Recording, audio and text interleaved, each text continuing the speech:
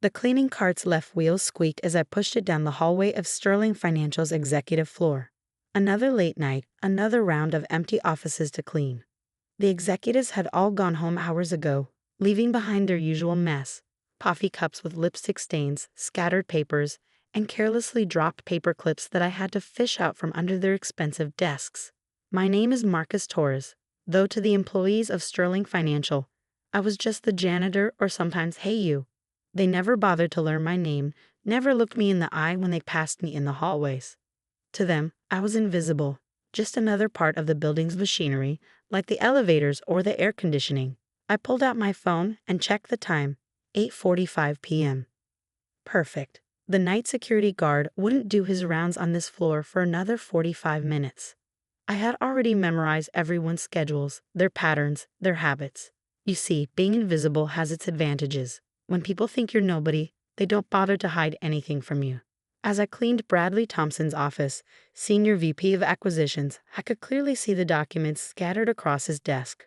Confidential merger plans, internal valuation reports, client lists. They never thought the janitor would understand what these papers meant, let alone use the information. But what they didn't know was that before I became their janitor, I had graduated summa cum laude from MIT with a double major in business and computer science. Not that it mattered. One market crash and a family medical emergency had wiped out my savings and left me with crushing debt. When you're desperate, you take whatever job you can get. That first year as a janitor had been humiliating. I still remember Jessica Moore from Human Resources walking past me in the break room, wrinkling her nose as she whispered to her colleague, "God, can't he afford better clothes? He always looks so shabby." I was wearing a cleaned and pressed uniform, the same one they required me to wear. But to them, everything about me looked shabby simply because I was the janitor. Then there was Michael Chin, the hotshot young trader who loved to show off. "Hey cleaning guy," he called out one evening as I emptied his trash. "Maybe if you'd studied harder in school, you wouldn't be scrubbing toilets for a living." His colleagues laughed, and I kept my head down, focusing on my work. What Michael didn't know was that at that very moment, one of my algorithms was executing trades worth millions of dollars through a shell company I had created. While they mocked me, I was building something that would change everything. It had started almost by accident. During those long nights cleaning the offices, I began noticing patterns in the documents I saw. Market trends, investment strategies, client behaviors. Being invisible meant I had access to every floor, every department. I saw the complete picture in a way that even the executives didn't. I started small, using my savings to make careful investments based on the patterns I observed. My background in computer science helped me create sophisticated algorithms that could analyze market data and execute trades automatically. Within 6 months, my initial $5,000 investment had grown to $50,000. That's when I formed Torres Ventures, though of course I wasn't listed anywhere as the owner. On paper, the company was run by a reclusive investor who never attended meetings in person. Everything was handled through layers of shell companies and virtual offices. I kept cleaning offices by day, building my empire by night. Every insult, every dismissive glance, every cruel joke just fueled my determination. They thought the janitor was taking a bus home because he couldn't afford a car. In reality, I was using that time to work on my trading algorithms on my laptop. "Look at him," I overheard Bradley Thompson say one day to his assistant. "No ambition, no drive. That's why some people never amount to anything in life." I had to bite back a smile. That same morning, Torres Ventures had closed a deal worth $12 million. My company was growing faster than I had ever imagined, but I wasn't ready to reveal myself. Not yet. I needed them to keep underestimating me, keep thinking I was nothing. Every night, after finishing my cleaning rounds, I would go to my small apartment and transform into a different person. I had set up a high-tech trading station hidden behind a false wall, multiple screens showing market data, powerful computers running my algorithms 24/7. This was my real office, not the janitor's closet they thought I operated from. By the third year, Torres Ventures had grown into a significant player in the financial technology sector. We were known for our innovative trading algorithms and perfect timing in market movements. Speculation about the mysterious CEO was rampant in financial circles. Some thought it was a former Wall Street executive. Others believed it was a group of Silicon Valley entrepreneurs. No one suspected the quiet janitor who cleaned their offices every night. Then came the day that would change everything. I was emptying Bradley Thompson's trash when I saw it, a confidential memo about Sterling Financial's impending collapse. The company had made a series of catastrophically bad investments, covering them up through creative accounting. They were weeks away from insolvency, and none of their employees knew. My first thought was about the regular workers, the receptionists, mail clerks, maintenance staff. People like me, at least as far as the executives were concerned. They would lose everything while the top executives probably had golden parachutes waiting. That night, in my hidden office, I made a decision. Torres Ventures had grown into a $300 million company over the past 5 years. We had the resources to acquire Sterling Financial, restructure it, and save those jobs. But doing so would mean revealing myself. I spent the next week carefully planning every detail. Torres Ventures began quietly buying up Sterling Financial's devalued stock through various subsidiaries. By the time Bradley Thompson realized what was happening, we owned 40% of the company. The morning everything changed started like any other. I pushed my cleaning cart down the hallway, listening to the panicked whispers. The entire executive floor was in chaos.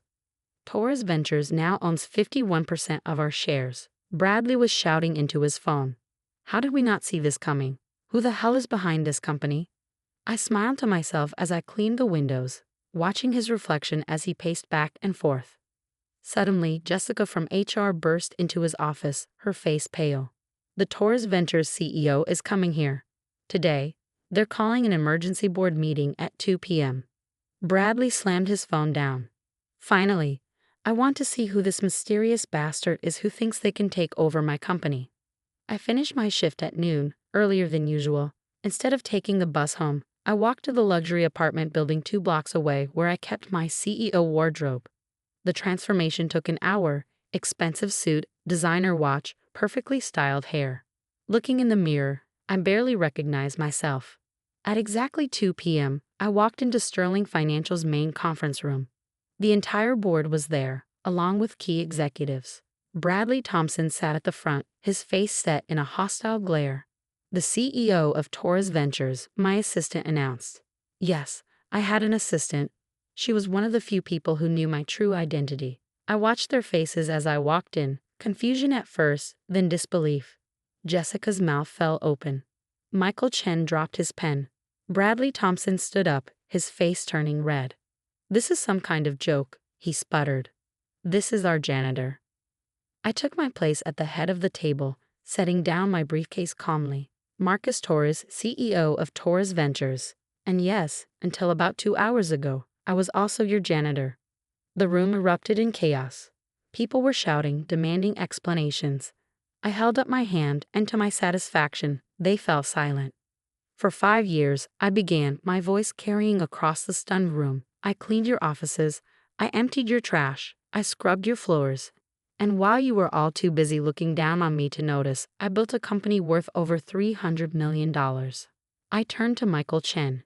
You told me I should have studied harder in school. I graduated summa cum laude from MIT with a double major in business and computer science. His face went pale as several people turned to stare at him. Jessica, I continued, watching her shrink in her seat, you made fun of my shabby clothes. The watch I'm wearing right now costs more than your annual salary. But unlike you, I don't judge people by what they wear. Bradley Thompson had found his voice again. This is impossible. You're nothing but a janitor? I finished for him. Yes, I was. And that's exactly why I succeeded. Because you never suspected me. You never thought I could understand the documents I saw while cleaning your offices. You never thought I could build something bigger than anything you've achieved. I opened my briefcase and began distributing folders. Now let's discuss the real reason I'm here. I know of the cover-up, the bad investments, the impending collapse. I own 51% of Sterling Financial, which means I'm now in charge. The blood drained from Bradley's face. How did you? I saw everything, I said simply. When you think someone's invisible, you don't bother hiding things from them. I stood up, buttoning my jacket. There will be changes. First, all current non-executive employees will keep their jobs. The company will be restructured, but will protect the people who actually do the work around here. "You can't do this," Bradley protested weakly. I smiled. "I already have." "Oh, and one more thing. The janitors, maintenance staff, and all other support personnel are getting an immediate 50% raise. It's amazing how much money you can find when you cut out excessive executive bonuses." Over the next few weeks, Sterling Financial transformed. I replaced most of the executive team with people who had actual skills rather than just connections. Bradley Thompson tried to sue, claiming I had obtained information illegally. But everything I'd done was completely legal. Being a janitor didn't mean I couldn't look at papers left in plain sight. The story of the janitor CEO made headlines. Suddenly, everyone wanted to interview me to learn how I built my company while working as a custodian. I turned down most requests, but I did agree to speak at a few universities, telling my story to students who might need to hear that success doesn't always follow a traditional path. Jessica tried to apologize, claiming she had never meant to be cruel. Michael Chen sent a long email explaining that his comments were just jokes. I didn't respond to either of them. Some bridges, once burned, shouldn't be rebuilt. 6 months later, Sterling Financial had been completely integrated into Torres Ventures. Our market value had doubled, and our innovative trading algorithms were revolutionizing the industry. I kept the janitor's closet where I used to store my cleaning supplies. It was converted into a small museum of sorts, displaying my old cleaning cart, uniform, and a photo of me from my days as the invisible janitor. Every new employee is required to visit that closet on their first day. It serves as a reminder that you never know who someone might be, what they might be capable of. Success doesn't always wear a suit and tie. Sometimes it pushes a cleaning cart and waits for the right moment to reveal itself. I still think about those years sometimes, about the people who looked right through me, who thought they were better than the quiet man who cleaned their offices. Their judgments, their mockery, their dismissive attitudes, all of it helped fuel my determination to succeed. Today, I'm known as one of the most innovative CEOs in the financial technology sector.